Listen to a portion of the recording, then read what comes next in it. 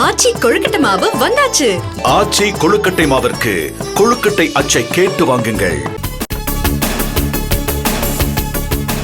அமெரிக்காவின் சான் பிரான்சிஸ்கோவில் புலம்பெயர் தமிழர்களுடன் முதலமைச்சர் மு.க. ஸ்டாலின் கலந்துரையாடல். தமிழ்நாட்டில் தொழில் தொடங்க அமெரிக்க நிறுவனங்களை வலியுறுத்துமாறு வேண்டுகோள்.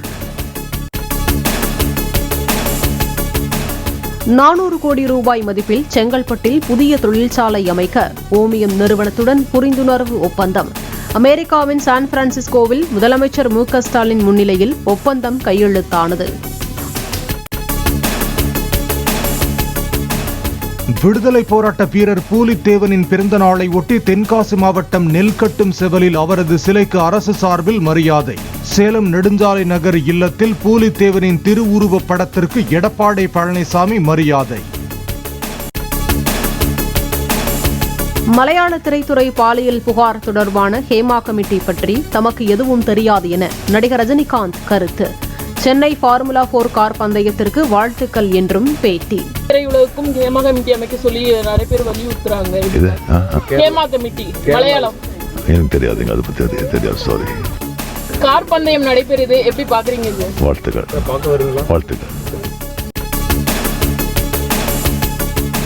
மலையாள சினிமாவில் எழுந்துள்ள பாலியல் புகார்கள் தொடர்பாக கேள்வி எழுப்பிய செய்தியாளரிடம் கோபமடைந்த நடிகர் ஜீவா. அறிவிருக்கிறதா என ஒருமையில் பேசிய ஜீவாவுடன் செய்தியாளர்கள் வாக்குவாதம்.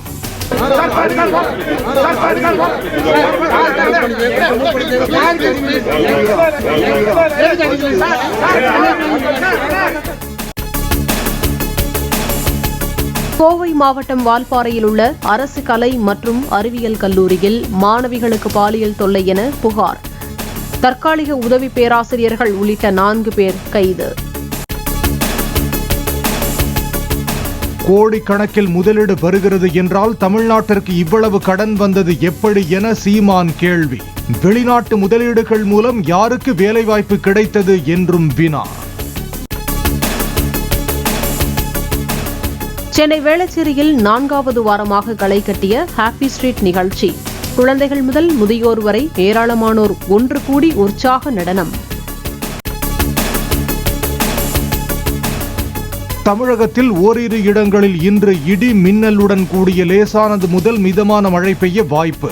ஓரிரு இடங்களில் மணிக்கு 30 முதல் 40 கிலோமீட்டர் வேகத்தில் வலுவான தரைக்காற்று வீசக்கூடும் என்றும் வானிலை மையம் தகவல்.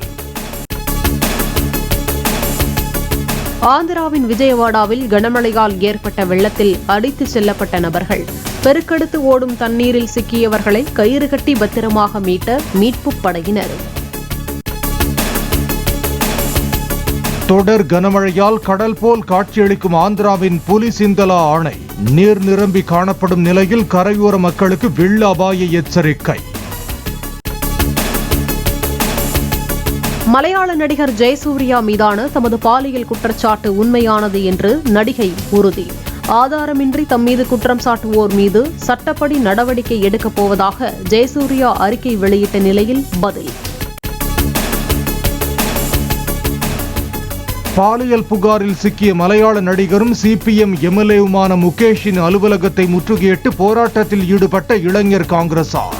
எம்எல்ஏ பதவியை முகேஷ் ராஜினாமா செய்ய வலியுறுத்தி போராட்டத்தில் ஈடுபட்டவர்களை தடியடி நடத்தி கலைத்த போலீசார்.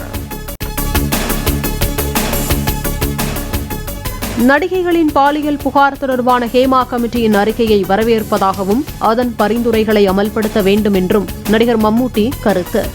இதுபோன்ற சம்பவங்கள் நடைபெறாமல் இருக்க தேவையான நடவடிக்கைகளை எடுக்க வேண்டும் என்றும் வலியுறுத்தல்.